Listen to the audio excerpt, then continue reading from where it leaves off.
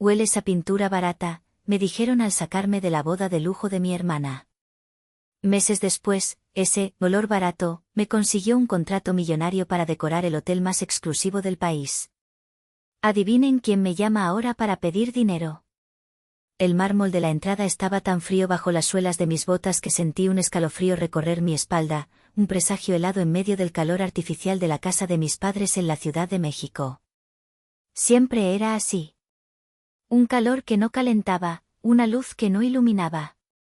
La casa era un monumento al buen gusto, o más bien, a lo que mi madre, Angélica, consideraba buen gusto: sofás de piel blanca que gritaban «no me toques», esculturas abstractas de metal que no decían nada, y un silencio pesado que solo el dinero puede comprar. Había conducido 5 horas desde mi pequeño y caótico estudio en San Miguel de Allende, un viaje que me dejó con la espalda dolorida y manchas de aerosol azul cobalto bajo las uñas, imposibles de quitar. En mis manos, envuelto torpemente en papel estraza, llevaba mi regalo de bodas para mi hermana mayor, Bárbara. Un lienzo pequeño, apenas de 30 por 40 centímetros, en el que había pintado un par de colibríes suspendidos sobre una bugambilla fucsia, una explosión de vida y color que era todo lo contrario a esta casa. Mi madre apareció desde el salón, deslizándose sobre el suelo pulido como una aparición. Angélica no caminaba, flotaba. A sus 50 y tantos años, mantenía una figura esbelta de bailarina y una expresión de perpetua e insatisfecha elegancia. Su sonrisa, como siempre, no le llegó a los ojos. Isadora, querida. Pensé que te habías perdido, dijo, su voz tan suave como la seda, pero con un filo cortante. Sus ojos hicieron un recorrido rápido por mi atuendo: jeans desgastados, una camiseta negra y mis botas de trabajo. Vi una microexpresión de disgusto, tan rápida que casi podría haberla imaginado. El tráfico en la entrada a la ciudad, ya sabes, respondí, intentando que mi voz sonara casual. Le extendí el regalo. Felicidades por lo de Bárbara. Esto es para ella. Angélica lo tomó con la punta de los dedos, como si estuviera sucio, y lo dejó sobre una mesa de centro de cristal sin siquiera mirarlo. Gracias, cariño. Bárbara está en su última prueba de vestido. Algo de Vera Wang, carísimo, pero ya sabes, Leopoldo y yo solo queremos lo mejor para ella. Mi padre, Leopoldo, estaba sentado en uno de esos sofás intocables, leyendo el periódico financiero. Levantó la vista por un segundo. Hola, hija, murmuró, y volvió a esconderse tras las noticias de la bolsa. Esa era toda la bienvenida que recibiría de él. El silencio cómplice era su especialidad. Siéntate, por favor. ¿Quieres algo de beber? ¿Un té de jazmín? Ofreció mi madre, ya moviéndose hacia la cocina. Era una pregunta retórica. En esta casa, el café se consideraba vulgar y los refrescos, veneno. Me senté en el borde del sofá, sintiéndome como una intrusa, una mancha de color en un mundo monocromático. Angélica regresó con una taza de porcelana humeante. La boda va a ser el evento del año, comenzó, y durante los siguientes 20 minutos, me bombardeó con detalles. El salón en el Hotel St. Regis, con capacidad para 500 invitados. El menú de degustación de 7 tiempos del chef más prestigioso de México. Las orquídeas blancas importadas de Holanda. Un presupuesto, me informó con un suspiro de estudiado cansancio, que superaba los 2 millones de pesos. Yo asentía y sorbía mi té, sintiendo como cada detalle lujoso cavaba una zanja más profunda entre su mundo y el mío. Finalmente, cuando hizo una pausa para respirar, me atreví a preguntar. Suena increíble, mamá. Por cierto, no he recibido la invitación formal. ¿Cuál será mi papel en la ceremonia? Dama de honor, quizás. La pregunta quedó suspendida en el aire, pesada y densa. La sonrisa de Angélica se congeló, se resquebrajó y finalmente se desvaneció. Dejó su taza sobre la mesa con un chasquido deliberado. Miró mis manos, mis uñas manchadas de azul, y luego me miró directamente a los ojos. El frío en su mirada era más intenso que el del mármol.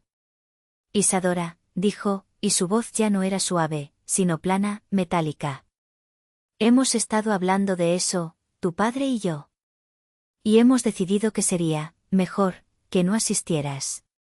Sentí como si el suelo se abriera bajo mis pies. El aire se volvió espeso, difícil de respirar. ¿Qué? ¿De qué hablas? Es la boda de mi hermana. Precisamente. Es la boda de tu hermana, replicó, su voz bajando a un susurro conspirador. Es su día para brillar. Rodrigo, su prometido, viene de una familia muy importante. Estarán presentes socios, inversionistas, gente de un cierto nivel. No podemos permitirnos ninguna distracción. ¿Yo soy una distracción? Mi propia voz sonó lejana, estrangulada. Angélica se inclinó hacia adelante. Su perfume, caro y floral, me pareció de pronto sofocante, nauseabundo. Me tomó una mano, pero su tacto era clínico, sin calidez. Cariño, mírate. Eres una artista, y eso es, admirable, a tu manera. Pero este no es tu mundo. Llegas aquí después de un viaje de 5 horas y, hizo una pausa, arrugando la nariz con un gesto de infinito desdén, y pronunció las palabras que se grabarían a fuego en mi memoria: hueles a pintura barata. El silencio que siguió fue absoluto. Mi padre ni siquiera se movió. El mundo se redujo a esas 5 palabras, un juicio final y despiadado. No se trataba de mi ropa, ni de mi trabajo. Se trataba de mi esencia. Todo lo que yo era, todo por lo que había luchado, había sido reducido a un olor desagradable. Un olor barato. Me levanté. El movimiento fue torpe, descoordinado. Mi cuerpo parecía pertenecer a otra persona. Miré el pequeño cuadro que había traído, mi regalo, abandonado sobre la mesa de cristal. Los colibríes vibrantes parecían burlarse de mí en esa habitación estéril. Entiendo, dije, aunque no entendía nada en absoluto. La mentira salió de mis labios por puro instinto de supervivencia. No me despedí. Caminé de regreso hacia la puerta, sintiendo la mirada de mi madre clavada en mi nuca. No era una mirada de arrepentimiento, sino de alivio. El problema había sido neutralizado. La mancha de color estaba siendo expulsada del lienzo inmaculado de su vida perfecta. Cuando cerré la pesada puerta de madera detrás de mí, el sonido retumbó como el portazo de una celda. Me quedé allí un momento, en el umbral, con el sol de la tarde en la cara, y respiré hondo. El aire de la Ciudad de México, contaminado y denso, nunca me había parecido tan puro, tan liberador. Era el olor de mi propia vida, y por primera vez, me di cuenta de que mi familia no solo no formaba parte de ella, sino que querían borrarla por completo. El viaje de regreso a San Miguel de Allende fue un borrón de asfalto y lágrimas silenciosas. El estéreo del coche estaba apagado, y el único sonido era el zumbido monótono del motor, un ruido sordo que hacía eco al vacío que se había instalado en mi pecho. Cada kilómetro que me alejaba de la Ciudad de México era un paso más hacia mi refugio, pero también una confirmación de mi exilio. La humillación era una criatura viva, acurrucada en el asiento del copiloto, mirándome con los ojos de mi madre. Hueles a pintura barata. La frase se repetía en mi mente como un mantra venenoso. No era un insulto nuevo, solo era la versión más honesta y cruel de un mensaje que me habían enviado durante toda mi vida. Mi cerebro, en un acto de masoquismo, decidió abrir las puertas de mi museo personal de cicatrices, y los recuerdos comenzaron a desfilar, cada uno un diorama perfectamente conservado de una herida antigua. Tenía 18 años. La noche de mi cumpleaños. Había pasado 3 meses trabajando en secreto en un retrato al óleo de mi madre. No era un retrato idealizado, quería capturar su verdadera esencia, la belleza melancólica que a veces vislumbraba en ella cuando pensaba que nadie la miraba. Las pequeñas arrugas alrededor de sus ojos, la tensión en su mandíbula, la sombra de un sueño perdido en su mirada. Para mí, era la obra más honesta que había creado. Se lo entregué después de la cena, el corazón latiéndome en la garganta. Ella lo desenvolvió con cuidado, sus cejas perfectamente arqueadas se fruncieron. Lo sostuvo a la distancia de un brazo, inclinando la cabeza. El silencio se alargó. Bárbara, siempre la diplomática, dijo: «Oh, tiene su mirada, mamá. Pero mi madre no dijo nada. Simplemente lo dejó a un lado y cambió de tema, preguntándole a mi padre sobre un viaje de negocios. Más tarde esa noche, la escuché hablar con mi tía por teléfono. Me hace parecer vieja y cansada, dijo Angélica, su voz teñida de una ofensa genuina. No sé de dónde saca Isadora estas ideas tan deprimentes. Yo quería algo bonito, algo que pudiera colgar en el salón. El cuadro nunca fue colgado. Lo encontré semanas después en el fondo de un armario del cuarto de servicio, acumulando polvo. El rechazo no había sido a una pintura. Había sido a mi forma de ver el mundo. A mi forma de verla a ella. 2 años después, me gradué de la Escuela Nacional de Pintura, Escultura y Grabado. Mis padres asistieron. Se sentaron en las últimas filas. Durante la ceremonia, mi madre suspiró varias veces y miró su reloj. Mi padre se quedó dormido. Cuando subí al estrado a recibir mi diploma, su aplauso fue escaso, casi imperceptible. Después, no hubo fiesta, ni celebración. Fuimos a un restaurante discreto donde la conversación giró en torno al nuevo ascenso de Bárbara en su empresa de marketing. Bueno, al menos ya tienes un título para tu hobby, comentó mi padre, intentando hacer una broma que sonó como una sentencia. 1 año más tarde, Bárbara se graduó de una maestría en administración de empresas en una universidad privada carísima. El evento fue una producción. Mis padres alquilaron un salón en un club de campo. Hubo un centenar de invitados, un grupo de jazz en vivo y un brindis tras otro por la futura líder de la familia. El regalo de graduación de Bárbara fue un coche nuevo, un BMW blanco estacionado en la entrada con un enorme lazo rojo. Mi regalo había sido una palmadita en la espalda y el consejo no solicitado de que buscara un trabajo de verdad. La diferencia no estaba en nuestros logros, sino en el valor que ellos les asignaban. La carrera de Bárbara era una inversión. La mía, una excentricidad vergonzosa. Un recuerdo más antiguo, más borroso. Tenía quizás 12 años. Me había quedado despierta hasta tarde y los escuché discutir en la cocina. No era una pelea, era una conversación cargada de una tristeza antigua. Mi madre le contaba a mi tía, con la voz rota por el vino, sobre su juventud. Sobre cómo había sido una bailarina de ballet prometedora, aceptada en una prestigiosa academia en Nueva York. Pero sus padres, mis abuelos, se lo habían prohibido. Una vida de artista no es una vida segura para una señorita decente, le habían dicho. La obligaron a estudiar historia del arte y a casarse joven con un hombre estable, como mi padre. Le arruinaron la vida, sollozó mi madre esa noche. Y yo no voy a cometer el mismo error con mis hijas. En ese momento, pensé que se refería a mí. Pensé que su dureza era una forma retorcida de protegerme, de empujarme hacia la grandeza que a ella le habían negado. Pero me equivocaba. Con los años, entendí la terrible verdad. Angélica no quería que sus hijas evitaran su error, quería validar la decisión que sus padres tomaron por ella. Quería demostrarse a sí misma que el camino del arte era, en efecto, un camino de fracaso y miseria. Bárbara, con su carrera corporativa y su matrimonio perfecto, era su validación. Yo, con mis manos manchadas de pintura y mi futuro incierto, era la encarnación de la vida que le habían enseñado a temer y despreciar. Su desprecio hacia mí no era solo por mi presente, era por su propio pasado. Yo era el fantasma de su sueño roto. Cuando finalmente llegué a San Miguel, la noche había caído. Las luces de la ciudad brillaban como ascuas en la oscuridad.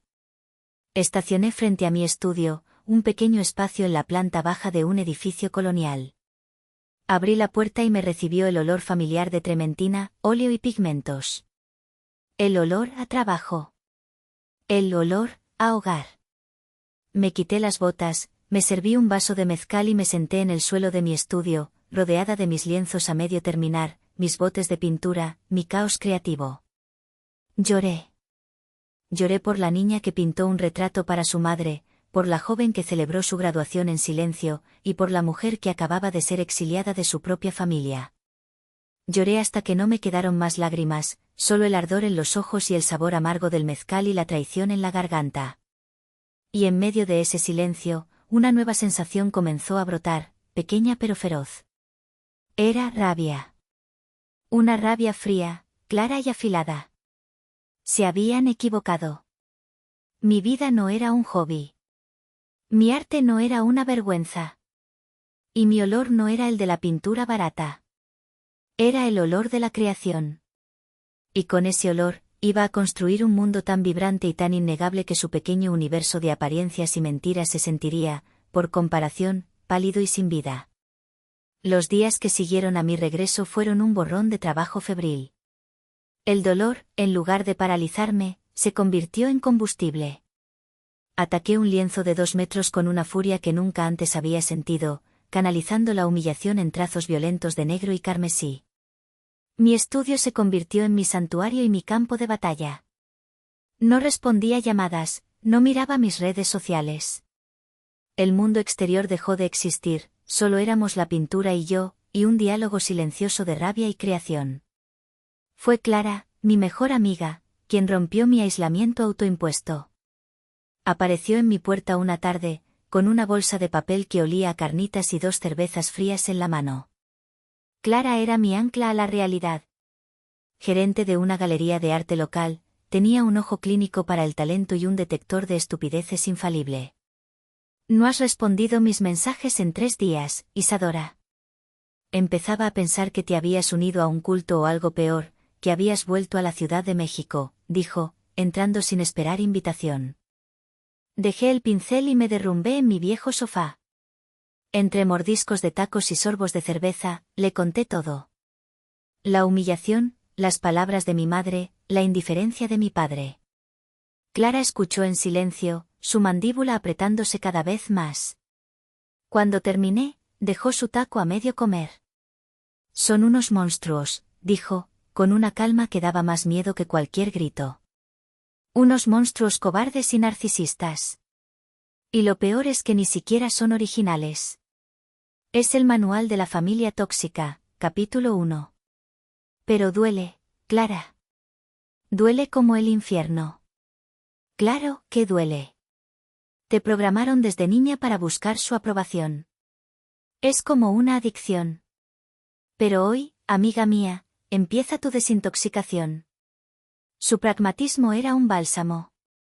Pero la verdadera estocada, la que transformaría mi dolor en una determinación helada, llegó al día siguiente.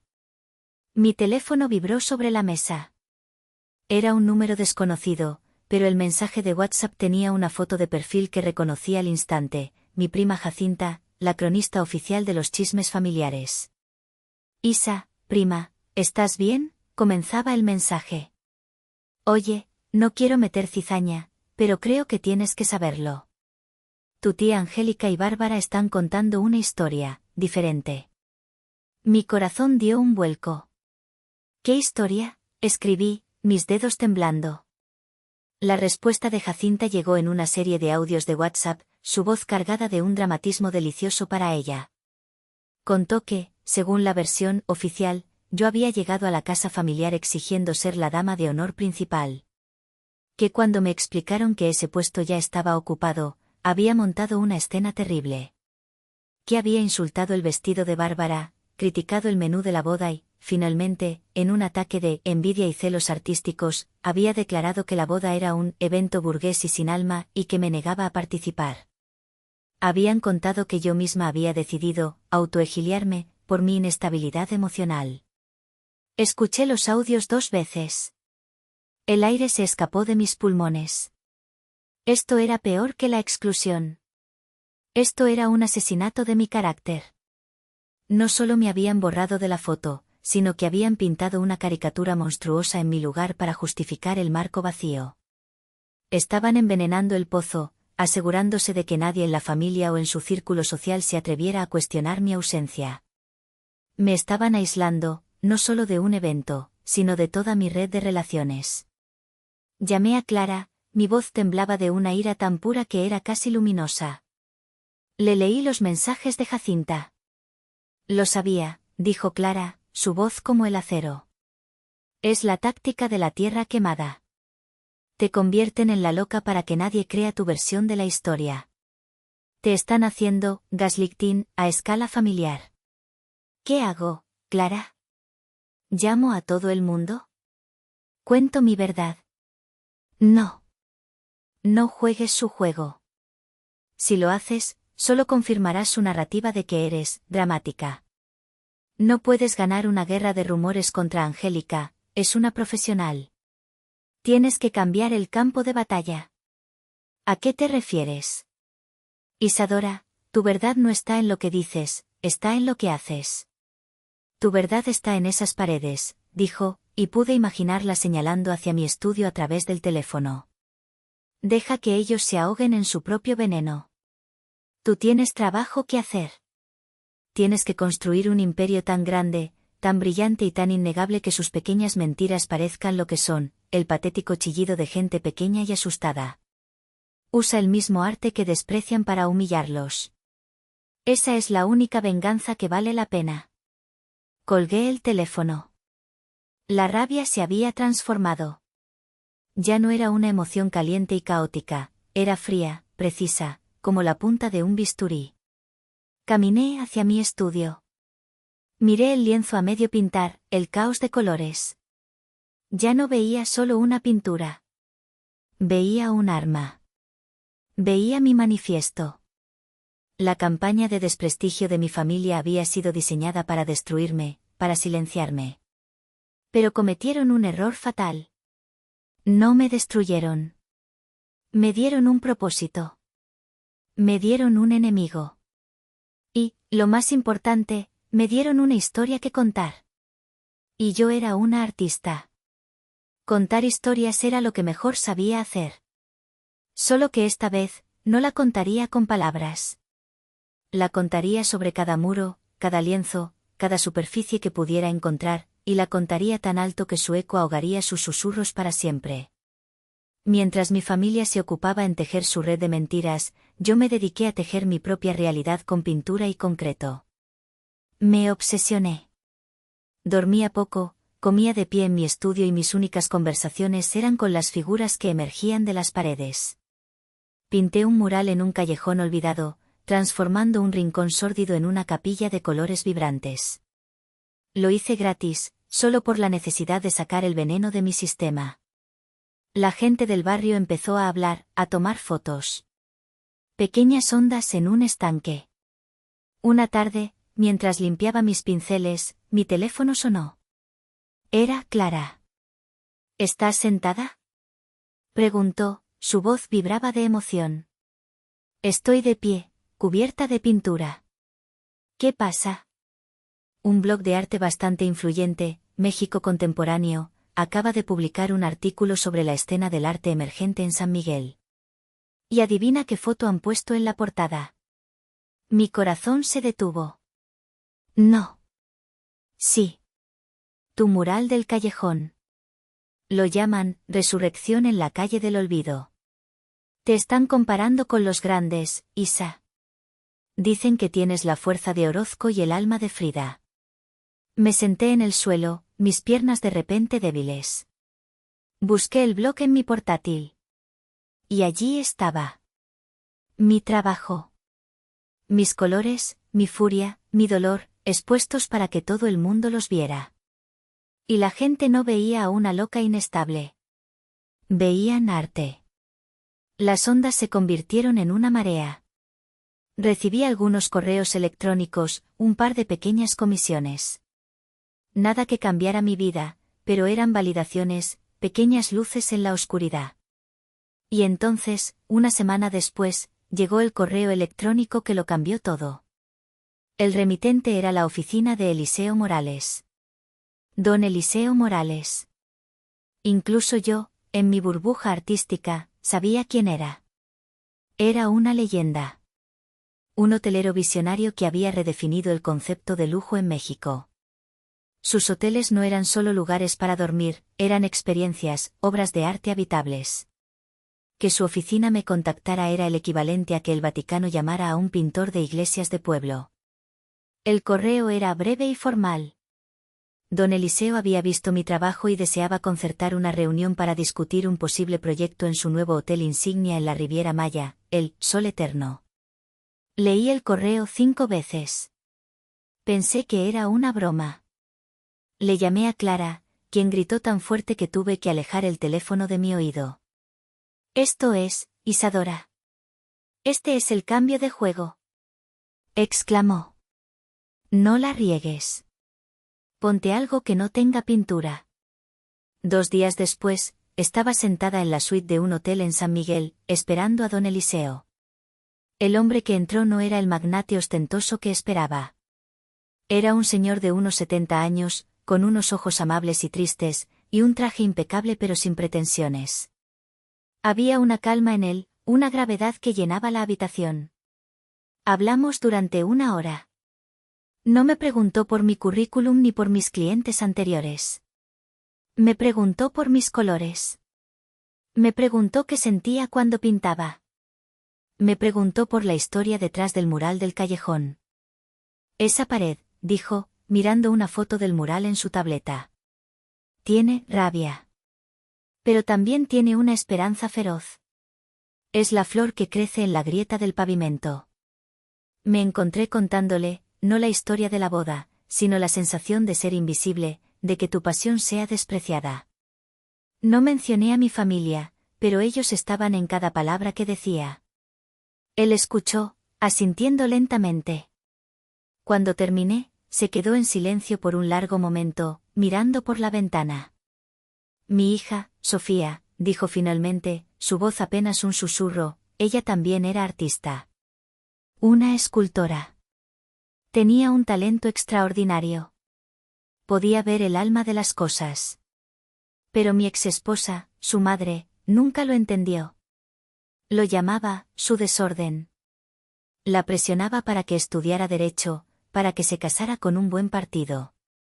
La hizo sentir que su don era una carga. El aire en la habitación se volvió denso con una pena compartida. Sofía murió hace 10 años. Un accidente de coche. Tenía 26. Y el mayor arrepentimiento de mi vida, señorita Isadora, no es no haberla apoyado más. Yo siempre la apoyé. Mi arrepentimiento es no haberla protegido de aquellos que querían apagar su luz. Se giró para mirarme, y en sus ojos vi un dolor tan profundo que me robó el aliento. Vi al padre que había perdido a su hija, y vi al hombre que se veía a sí mismo en mi historia. Cuando vi su mural, continuó, vi el espíritu de mi Sofía. Esa misma lucha, esa misma belleza indomable. Este nuevo hotel, el Sol Eterno, es un homenaje a ella. Y quiero que su espíritu esté en cada pared. No quiero un arte corporativo sin alma. Quiero verdad. Quiero rabia y esperanza. Quiero esa flor que crece en el pavimento. Se puso de pie y me extendió la mano. Quiero proponerle algo. No un trabajo, sino una colaboración. Venga a la Riviera Maya por un mes. Le daré una de las suites principales, la suite presidencial. Trátela como su lienzo. Pinte su historia en esas paredes. Sin límites, sin condiciones. Si me gusta lo que veo, hablaremos del resto del hotel. Si no, al menos tendrá unas vacaciones pagadas y una historia interesante que contar. Me quedé mirándolo, atónita. Esto era más que una oportunidad profesional. Era un acto de redención, pero no solo para mí. Él no estaba simplemente contratando a una artista, estaba intentando salvar a su hija a través de mí. Estaba reparando su propio corazón roto, un pincelazo a la vez. Le estreché la mano. Su agarre era firme, el de un hombre que construía imperios. Pero sus ojos eran los de un padre que solo quería volver a ver brillar la luz de su hija. Será un honor, don Eliseo, dije. Y en ese momento, supe que mi vida nunca volvería a ser la misma.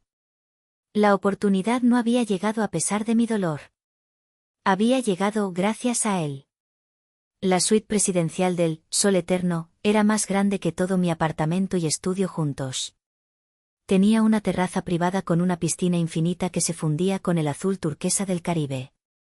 Las paredes eran lienzos blancos, inmaculados, que esperaban en silencio. Don Eliseo cumplió su palabra, me dejó completamente sola, con acceso ilimitado a materiales y al servicio de habitaciones. Sorpréndame, fue su única instrucción. Y eso hice. Durante un mes, la suite se convirtió en mi universo. Vertí en esas paredes todo lo que no podía decir con palabras. Pinté la historia de una niña invisible, la rabia de una joven silenciada, y la feroz determinación de una mujer que se negaba a ser borrada.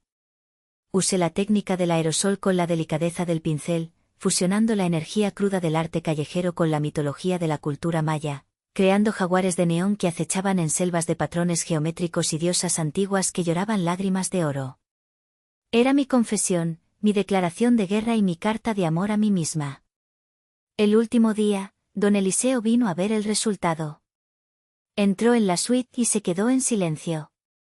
Caminó lentamente por cada habitación, sin decir una palabra, sus dedos rozando suavemente las paredes pintadas. Vi sus ojos detenerse en un detalle, el rostro de una mujer con una mirada desafiante, muy parecida a la mía, de cuyos ojos brotaban no lágrimas, sino enredaderas de bugambillas fucsias, idénticas a las del cuadro que había intentado regalarle a mi hermana. Finalmente, se giró hacia mí. Tenía los ojos húmedos. Es el alma de Sofía, susurró. Y es la tuya. Es todo. Esa misma tarde, en su oficina con vistas al mar, me presentó el contrato. No era para decorar el resto del hotel. Era para ser la directora artística ejecutiva de toda la cadena de hoteles Morales. Un contrato de exclusividad por 5 años. La cifra me hizo sentir mareada. 18 millones de pesos. $1 millón. Quiero que este hotel, y todos los que construya en el futuro, respiren este tipo de verdad, dijo don Eliseo. Tu trabajo no será solo pintar. Será curar, descubrir a otros artistas como tú, y darles la oportunidad que merecen. Firmé el contrato con una mano que temblaba ligeramente. La fecha en la parte inferior del documento me llamó la atención. Sábado, 23 de noviembre. Era el día de la boda de Bárbara. La ironía era tan densa, tan poética, que casi me eché a reír. Mientras mi familia celebraba la unión de mi hermana con un hombre rico en un salón lleno de apariencias, yo estaba firmando un documento que me hacía, por derecho propio, más rica y exitosa de lo que ellos probablemente jamás imaginarían. Ellos brindaban por un matrimonio. Yo brindaba por mi imperio. Más tarde esa noche, estaba en mi nueva suite, ahora mi hogar temporal, mirando el contrato sobre la cama. Mi teléfono vibró. Era un mensaje de mi prima Jacinta. La boda está increíble. Bárbara se ve como una princesa, decía el texto, seguido de una ráfaga de fotos borrosas. En una de ellas, vi a mi hermana, radiante en su vestido de Vera Wang, junto a su nuevo esposo, Rodrigo. Era guapo, con una sonrisa fácil. Se veían perfectos. Pero entonces llegó otro mensaje de Jacinta. Un vídeo corto. Era del discurso del novio. Rodrigo estaba en el escenario, un poco borracho, agradeciendo a los invitados. Y quiero agradecer especialmente a mi maravillosa suegra, Angélica, dijo, arrastrando las palabras, por presentarnos a Bárbara y a mí. Aunque, para ser honesto, lo primero que me enamoró de esta familia fue el increíble arte que vi en su casa. Ese cuadro de los colibríes en la entrada, es una obra maestra. De hecho, antes de conocer a Bárbara, yo seguía el trabajo de una increíble muralista de San Miguel en Instagram. Soñaba con contratarla para que pintara nuestra casa. Pero Bárbara me dijo que la artista era muy exclusiva y no aceptaba encargos privados. ¡Qué lástima! Pero bueno, al final conseguí a la chica en lugar del cuadro. El teléfono se me resbaló de las manos y cayó sobre la alfombra. El cuadro de los colibríes. Mi cuadro. El que mi madre había despreciado y abandonado sobre una mesa. Debieron haberlo colgado finalmente, probablemente por falta de otra cosa que poner en ese espacio. ¿Y la muralista de San Miguel? Abrí mi laptop, fui a mi perfil de Instagram. Miré la lista de mis seguidores. Y allí estaba. Un perfil privado bajo el nombre de Rodez. Lo había seguido durante meses. Me había dejado comentarios de admiración en varias de mis publicaciones. Un frío glacial me recorrió. Bárbara no solo me había excluido por miedo a que la opacara. Me había excluido por miedo a que su nuevo y flamante esposo descubriera que la artista que tanto admiraba era su cuñada, fracasada. Me había saboteado activamente. La exclusión no fue un acto de malicia pasiva, fue una estrategia calculada, nacida de la inseguridad más profunda y patética.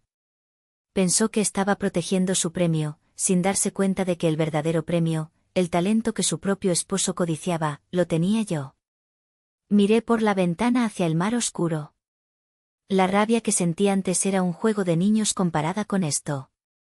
Esto era una traición de un nivel completamente nuevo. Y en ese momento, supe que mi silencio había terminado. Ya no se trataba solo de construir mi propio éxito. Ahora se trataba de asegurarme de que la verdad, toda la aplastante y humillante verdad, saliera a la luz. Los 6 meses siguientes fueron un torbellino. Me mudé a un apartamento en la Riviera Maya, cortesía de la empresa, y me sumergí en mi nuevo rol. Viajaba, exploraba galerías, conocía a artistas jóvenes y talentosos cuyas historias a menudo resonaban con la mía. Me convertí en una especie de hada madrina del arte, una posición que don Eliseo me animaba a abrazar. Devuelve el favor, Isadora, me decía. Crea el sistema de apoyo que tú y Sofía nunca tuvieron.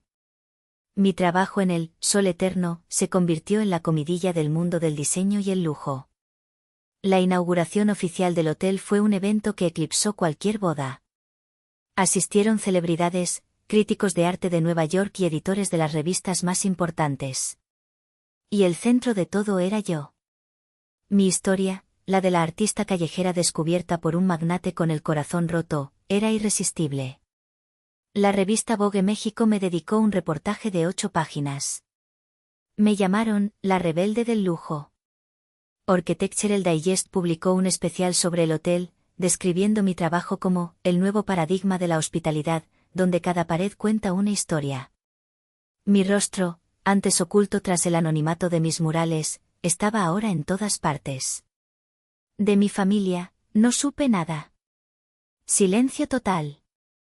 Imaginaba su conmoción, su incredulidad. Imaginaba las conversaciones incómodas con sus amigos de la alta sociedad, que ahora veían a su hija, fracasada, en las mismas revistas que ellos leían. La venganza, por un tiempo, fue dulce y silenciosa. Pero el destino tenía preparado un acto final mucho más ruidoso. Una mañana, mientras tomaba un café en mi balcón con vistas al mar, recibí una llamada de Clara. ¿Estás leyendo las noticias financieras?, preguntó, sin preámbulos. Clara, yo leo sobre pigmentos y lienzos, no sobre acciones y bonos. ¿Qué pasa? Ve al portal de El Financiero. Busca el nombre Hernández Textil. Con una sensación de inquietud, busqué el nombre. La empresa de la familia de Rodrigo, el esposo de mi hermana. El titular me saltó a la cara: el Imperio Hernández al borde del colapso, deudas millonarias y acusaciones de fraude amenazan con derrumbar al gigante textil. El artículo detallaba una historia de mala gestión, inversiones arriesgadas y un castillo de naipes financiero que estaba a punto de venirse abajo. La empresa, que durante generaciones había sido un pilar de la industria, estaba ahogada en deudas. Y entonces leí la línea que conectó todos los puntos.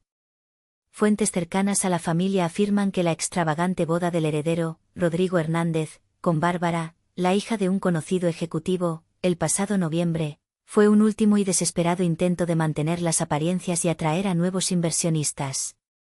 El evento, que se rumorea costó más de 2 millones de pesos, fue financiado casi en su totalidad con préstamos que la empresa ya no puede pagar.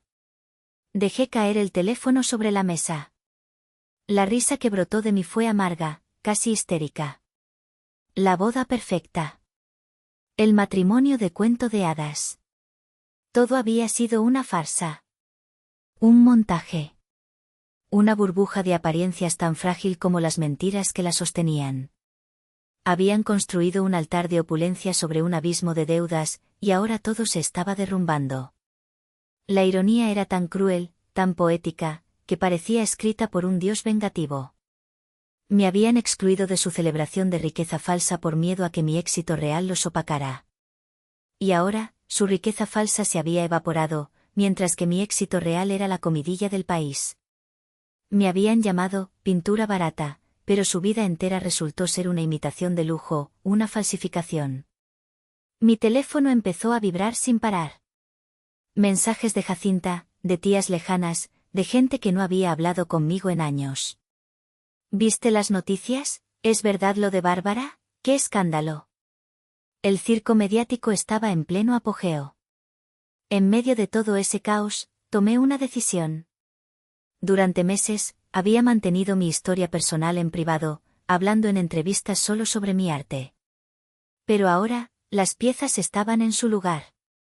El mundo veía mi éxito, y ahora veía su fracaso. Era el momento de contar el porqué.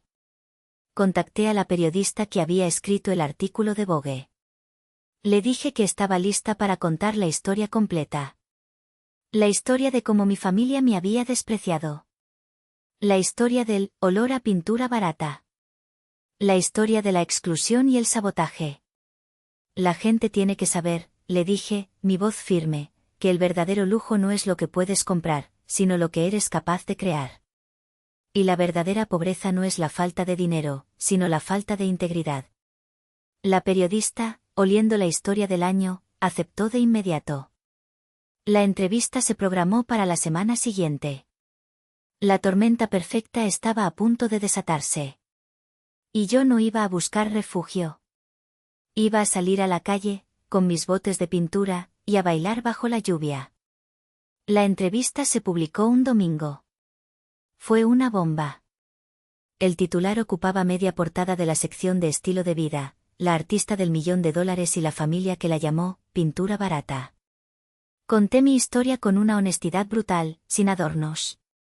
No ataqué, simplemente expuse los hechos, la exclusión, las mentiras, el sabotaje de mi hermana, y cómo ese dolor se convirtió en el catalizador de mi éxito.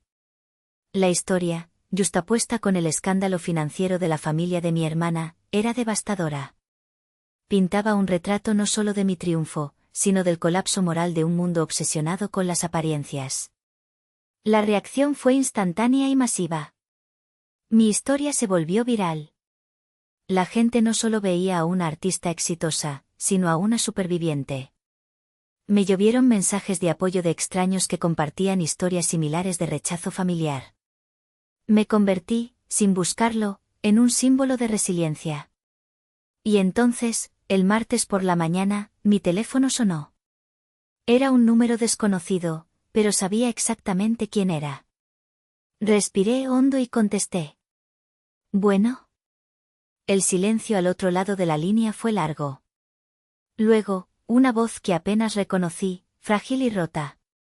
Isadora, soy yo. Soy mamá. Era Angélica. Pero el tono de autoridad, la fría elegancia, habían desaparecido.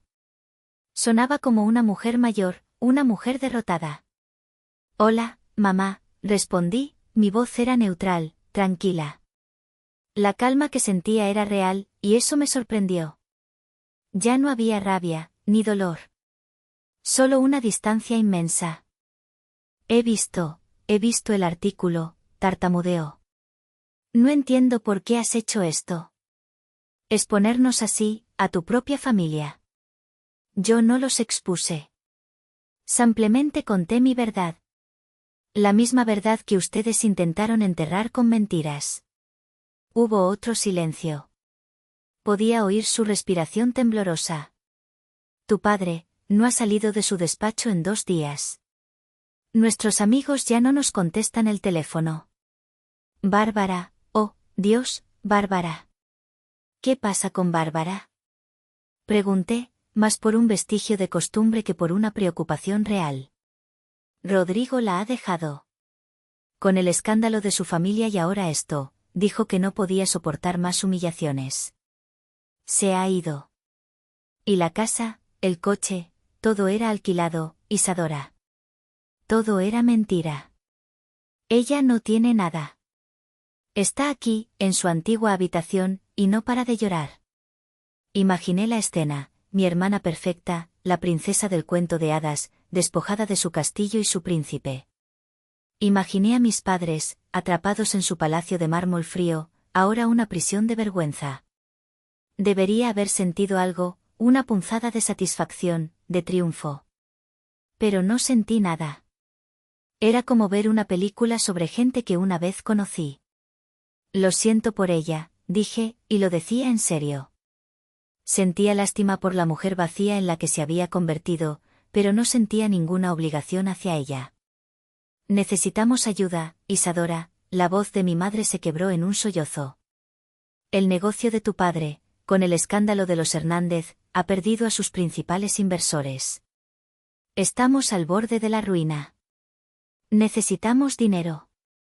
Mucho dinero. Para salvar la casa, para empezar de nuevo. Y ahí estaba. La verdadera razón de la llamada. No era una disculpa. No era un intento de reconciliación. Era una transacción comercial. Ahora que yo tenía valor, querían cobrar su parte. Siempre supe que triunfarías, hija, dijo, su voz de repente melosa, manipuladora. Siempre creí en ti. Sabía que tenías este talento increíble. A veces los padres somos duros porque queremos empujar a nuestros hijos a ser mejores. La desfachatez de su mentira era casi admirable.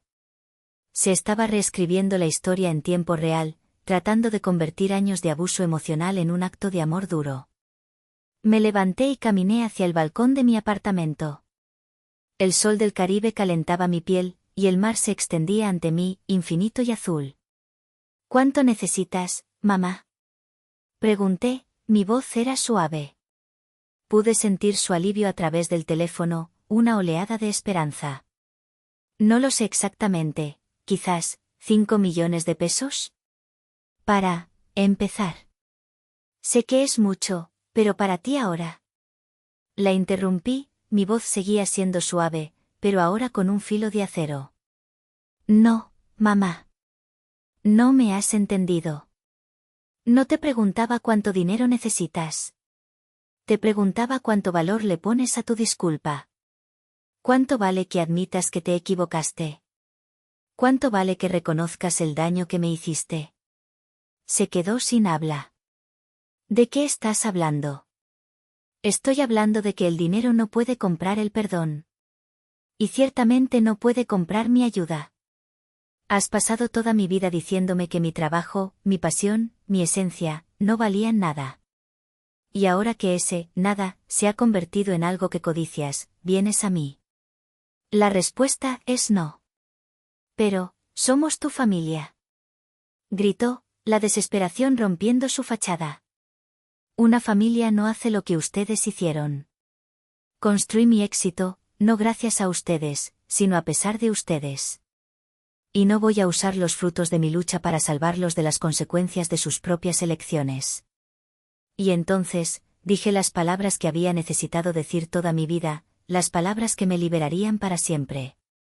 Lo siento, mamá. Mi dinero huele a pintura barata. No creo que combine con el estilo de vida de ustedes. Colgué. Bloqueé su número. Me quedé de pie en el balcón, mirando el horizonte. El teléfono no volvió a sonar. El silencio era total. Me di la vuelta y entré en mi estudio, un espacio amplio y lleno de luz que daba al mar. Había un lienzo en blanco esperando en el caballete. Tomé un bote de pintura, mi color favorito, el azul cobalto. Lo abrí. Y respiré hondo. Era el olor de la libertad. El olor del futuro. Era mi olor. Y era exquisito. Mi familia dice que el éxito me cambió. Tienen razón. La pregunta es, ¿acaso cambiar fue algo malo?